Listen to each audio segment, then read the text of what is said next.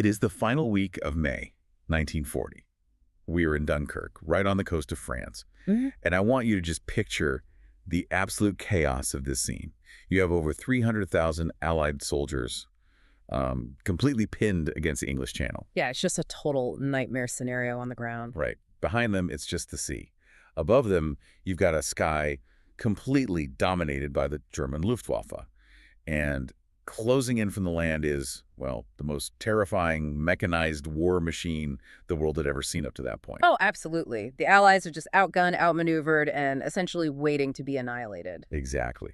And then Adolf Hitler issues a single, just totally inexplicable order to his panzer divisions. He tells them to halt, to just stop. It is genuinely one of the most baffling moments in military history. I mean, it's a moment where time just seems to freeze, and the entire fate of the global order hangs suspended over a single beach. Okay, let's unpack this, because we usually consume history as if it were like a novel where the ending was always guaranteed, right? Right. There's that comforting illusion of inevitability. Yeah. When you read about the mid-20th century, the good guys win, the bad guys lose, we close the book, and we go to sleep. But our mission today in this deep dive is to basically shatter that illusion. We are looking through a massive stack of historical analysis, economic data, and military blueprints from a collection titled The Knife's Edge: Could Nazi Germany Have Won? It really is a fascinating, if uncomfortable exercise. It really is. And just to be clear, we are going to impartially map out the core arguments from these sources. We want to look at a chilling question. Was a total Nazi victory a genuine strategic possibility, or, was it a structural impossibility from the very first shot? Exactly. We're looking at the data objectively. We aren't endorsing any specific ideology, just reporting on the historical analysis provided. For sure. And to do that, we're not just going to list dates and battles. We're going to really look under the hood. We'll examine the raw industrial data, the catastrophic executive blunders, and some deeply hidden variables that almost completely rewrote reality. We want to challenge you, the listener, to view this not as a predetermined story, but as a live, incredibly precarious tightrope walk where the entire 20th century could have easily tipped the other way. Well said.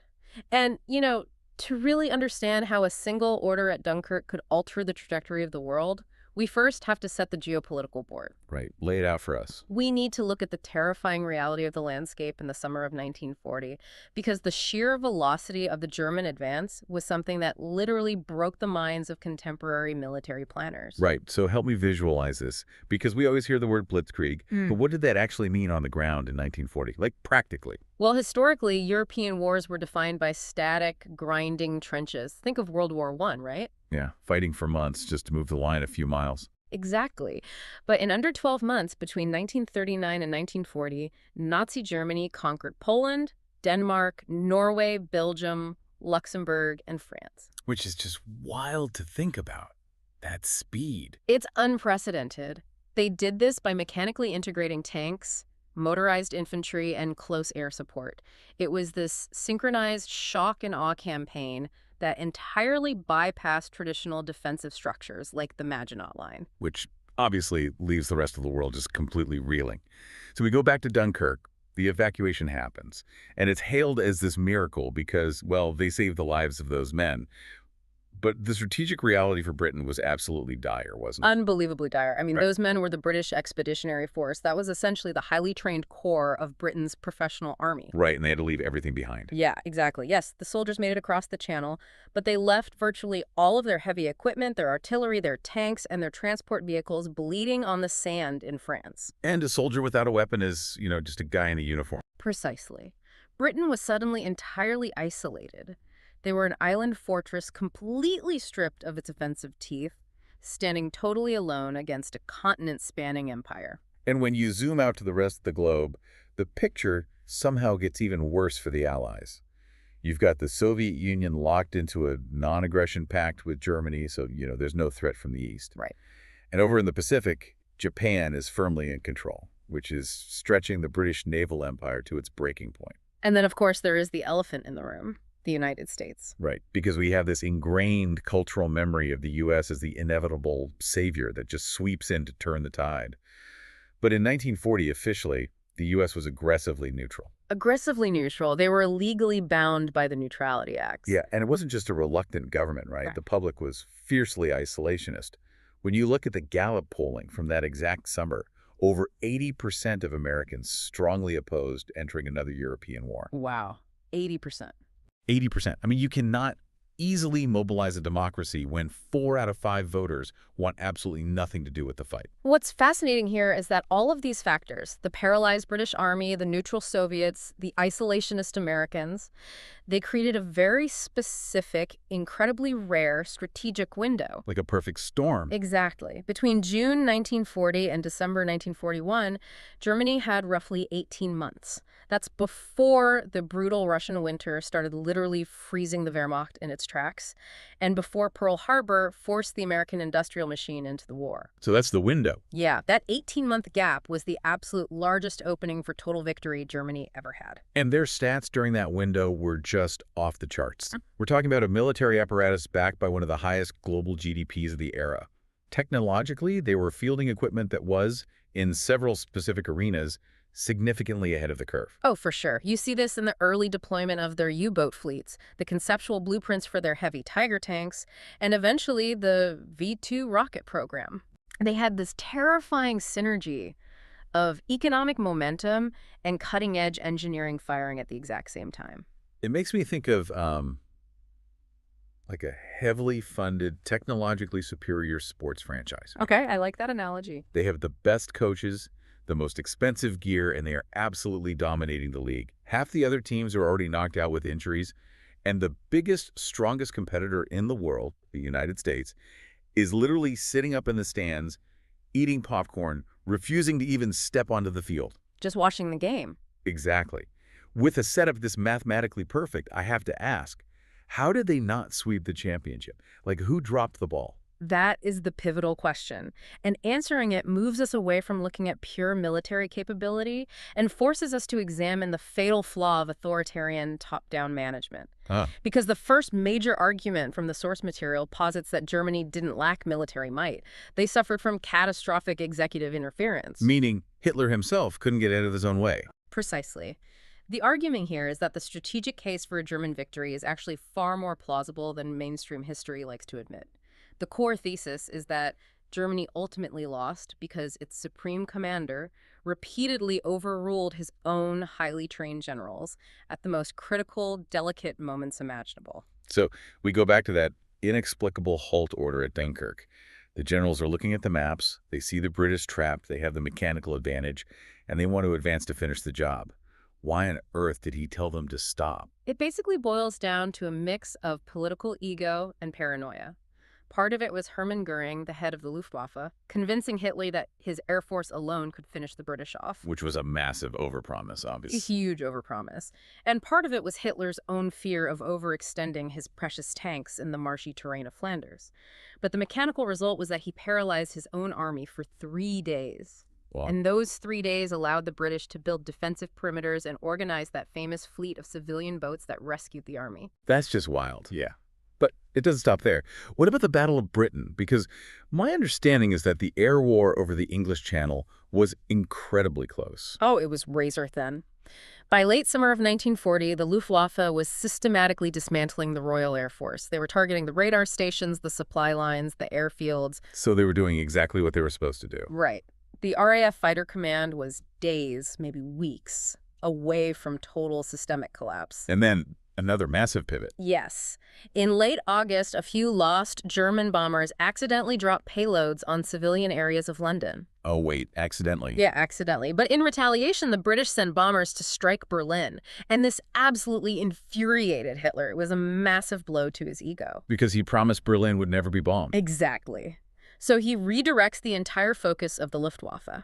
He orders them to stop bombing the strategic military targets, the airfields, and instead orders a terror campaign to bomb the city of London into submission.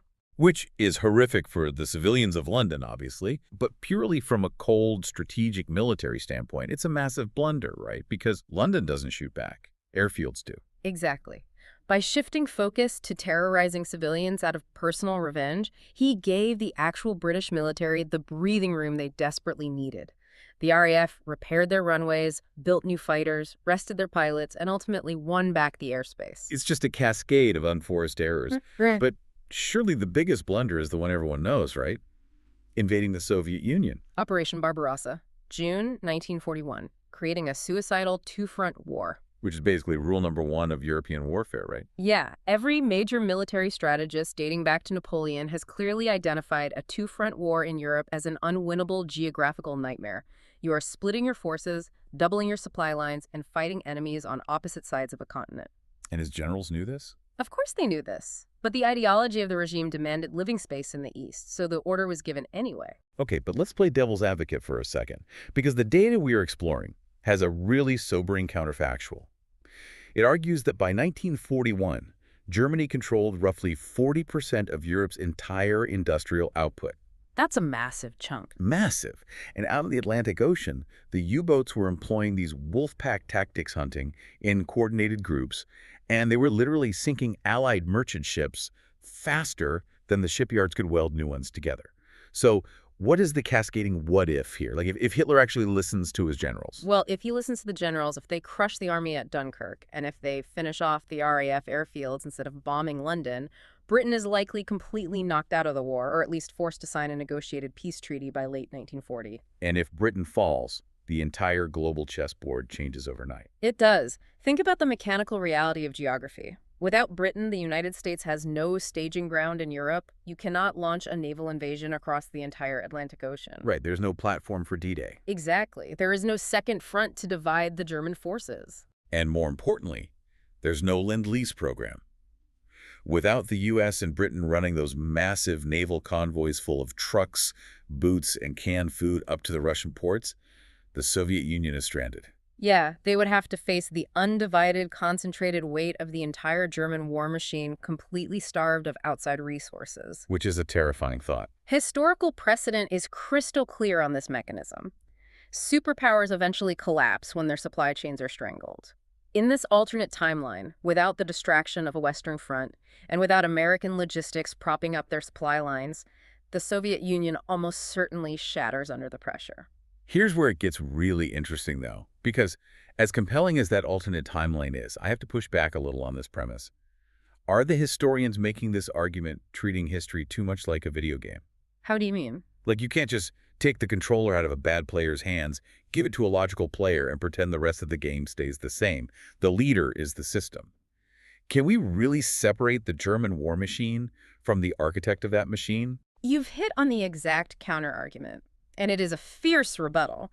The opposing view, the argument that a German victory was a structural impossibility, states that the idea of a strategically disciplined Hitler is a complete fiction. Right. It assumes a version of reality that simply did not and could not exist. Right. You can't say, well, if the wildly erratic, megalomaniacal dictator had just acted like a calm, rational accountant, they would have won. The erratic nature wasn't a bug in the system, it was the operating system itself. Just look at how they handled the United States after Pearl Harbor. That is the perfect example of this inherent irrationality. December 1941, Japan attacks the U.S. 4 days later, Germany officially declares war on the United States. Walk me through the logic of that. Because Germany had a defensive pact with Japan, sure, but Japan was the aggressor at Pearl Harbor. So Germany wasn't legally obligated by any treaty to jump in. None whatsoever. There was absolutely zero strategic benefit to inviting the largest untouched industrial power on Earth to join the fight against you. Is this crazy? It was pure ideological hubris. He believed American society was weak and corrupted, and drastically underestimated their ability to pivot their economy to wartime production. So, relying on the idea that the regime could have just made smarter choices completely ignores the reality of who was in charge. But as I read through these materials, it goes deeper than just a bad CEO making poor choices. It looks like the entire enterprise was economically doomed from day one. If we connect this to the bigger picture, we see the inescapable paradox of the Third Reich. Mechanized blitzkrieg looks incredibly impressive on newsreels, but maintaining an occupied continent requires a totally different kind of economic stamina. Right. It's a marathon, not a sprint. Exactly. And their economy was absolutely not built for a prolonged multi-year total war. Break down the mechanics of that for me. Where was the breaking point? It comes down to raw materials. By 1941, severe shortages were already tearing through German supply chains. Specifically, steel, rubber, and oil. You cannot run a mechanized global war without those three things. Yeah, a tank without oil is just a very expensive steel coffin. Exactly. And here's the part that absolutely blows my mind. To get those resources, the Reich was heavily reliant on imports from the Soviet Union. Yes, through the Molotov-Ribbentrop Pact. It was a non-aggression treaty where they basically agreed to carve up Eastern Europe, but it was also a massive trade agreement. Right. Germany was sending manufactured goods and machinery to the Soviets, and in return, Stalin was sending massive trains full of grain, rubber, and crucial oil directly into Germany. That is the ultimate paradox. Yeah. Germany was literally using Soviet oil to fuel the exact tanks they were building to ultimately invade the Soviet Union. Yeah, it's like a parasite that is biologically wired to eventually eat the host it relies on to survive. Yeah. The core tenet of the regime's hateful ideology required them to conquer the East. Which means the moment that relationship fractured, which it always had to because the ideology demanded it, the economic foundation of the entire German war effort collapses. Their ideological goals were fundamentally incompatible with their economic reality. Oh, nicely. I look at it this way. It's like comparing the 1941 German war machine to a $1 million hypercar. It looks terrifying on the starting line. The engine roars, the aerodynamics are flawless, it intimidates everyone. Okay, I see where you're going. But it has a cracked gas tank. It can sprint off the line faster than anyone else. But mathematically, based on the fuel it actually possesses, it cannot finish a grueling endurance race. That's a great way to visualize the structural rot. No matter how many early sprints you win, if the mechanical math doesn't work, systemic failure is a certainty. And you also have to factor in the sleeping giant. Even if Britain is defeated and the U.S. remains officially neutral, the United States was already the world's largest economy. Right. President Roosevelt wasn't just sitting idle. Even with 80% of the public wanting to stay out of it, he was actively finding incredibly creative legal loopholes, like the Lend-Lease Act, to arm the Allies anyway. Because the underlying reality for American leadership was that a completely Nazi-dominated Europe posed an absolute existential threat to the United States, economically and securely. Isolationist sentiment or not, intervention was becoming inevitable. The war was always going to come to Germany. But wait, if structural economic failure was inevitable, if they were always going to run out of oil, run out of rubber, and run out of time, was the regime truly doomed no matter what? Oh. Because the historical analysis we're looking at introduces one final, terrifying variable, a technological wildcard that could have completely overridden all those economic rules of supply and demand. And this is the part of the analysis that genuinely keeps historians awake at night. The nuclear variable. Right. Because when we think of the atomic bomb, we think of it as an exclusively American achievement. Robert Oppenheimer, the Manhattan Project, the deserts of New Mexico. But they weren't the only ones racing to split the atom. Not at all. Germany had a highly sophisticated, active nuclear weapons program. It was called the Uranverein, literally the Uranium Club, and it started all the way back in 1939. Wow, that early. Yeah, and it was spearheaded by Werner Heisenberg, who was arguably one of the most brilliant theoretical physicists of his generation. But building an atomic bomb isn't just about having smart guys at chalkboards. It requires an unfathomable amount of industrial capacity to enrich uranium. Exactly. And you cannot maintain massive, highly sensitive uranium enrichment facilities when the British Royal Air Force and the U.S. Army Air Corps are carpet bombing your industrial centers every single night. Right. The conventional war bled the German nuclear program of the resources and the stability it actually needed to succeed. This raises an incredibly dark timeline. Because earlier, we mapped out the what if, where Germany actually wins the conventional war in Europe quickly. Say they knock Britain out in 1940. If the European conflict ends early, the massive resource drain on Germany stops. Their factories aren't being bombed to rubble, their supply lines stabilize. And suddenly, the race to split the atom has a drastically different environment. But there's another massive piece to this puzzle. The only reason the American Manhattan Project succeeded as fast as it did was because of the massive influx of brilliant European Jewish scientists who had fled Nazi persecution. We're talking about the absolute titans of modern physics, Albert Einstein, Enrico Fermi, Leo Szilard. Yeah. These minds fled the rising tide of fascism in Europe and brought their unmatched expertise directly to the American project. It is a profound historical irony. The totalitarian, hateful ideology that drove the regime to persecute its own people ultimately handed the ultimate weapon to its enemies. Their own bigotry essentially gifted America the very mines required to build the bomb first. This raises an important question about how fragile that timeline really was. In a reality where Germany wins Europe quickly, the borders close much faster. Oh, wow. Those brilliant scientists don't all manage to escape across the Atlantic. Some are captured. Some might even be coerced or conscripted into working for the Verein. It's the ultimate nightmare scenario. Nazi Germany equipped with an atomic bomb by 1946 or 1947. Because in that reality, it doesn't matter that their hypercar has a cracked gas tank. It doesn't matter that they are structurally doomed by oil shortages. The atomic bomb becomes the ultimate trump card. It renders tank numbers, oil reserves, and standard infantry tactics almost entirely irrelevant. If they reach the nuclear threshold first, they dictate terms to the rest of the world from a position of permanent, unchallengeable power. They don't need to win a war of attrition, they just hold the world hostage. So what does this all mean for us? Sitting here decades later, reading through these economic breakdowns and military what-ifs. I think it requires us to hold two deeply conflicting truths at the exact same time. On one hand, you have the staggering early successes of the 1940 war machine. They had a massive tangible window to secure dominance, aided by the isolationism of the U.S. and the unpreparedness of Europe. Right, the perfect storm. But on the other hand, you have the fatal contradictions built into their leadership and their economy. It's the tension between immediate capability and long-term viability. We've seen how they had the mechanical tools to theoretically win the war, but the man at the top was biologically incapable of the strategic discipline required to pull it off. Exactly.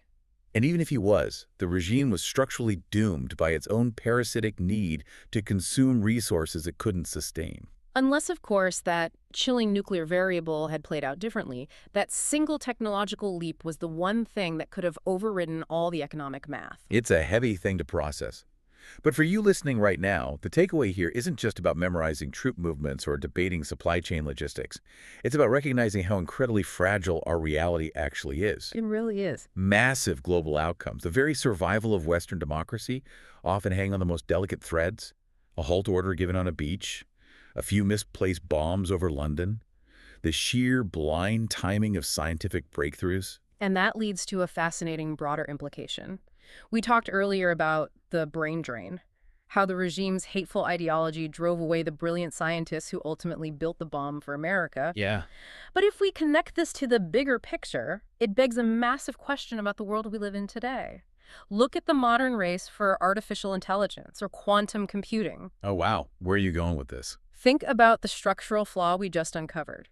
If an authoritarian regime demands absolute ideological conformity, it inherently crushes the kind of free-thinking, unorthodox intellectual talent required to pioneer world-changing technology. That makes total sense. So the question is, can any system built on oppression ever actually win a modern technological arms race?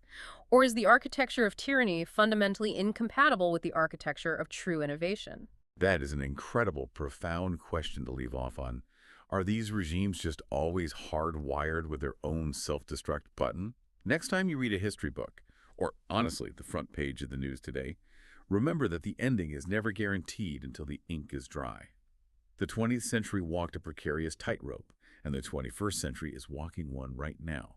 Keep questioning the history you think you know, and remember how easily things could have tipped the other way if just one order on the sands of Dunkirk had been different. Thanks for joining us on this deep dive.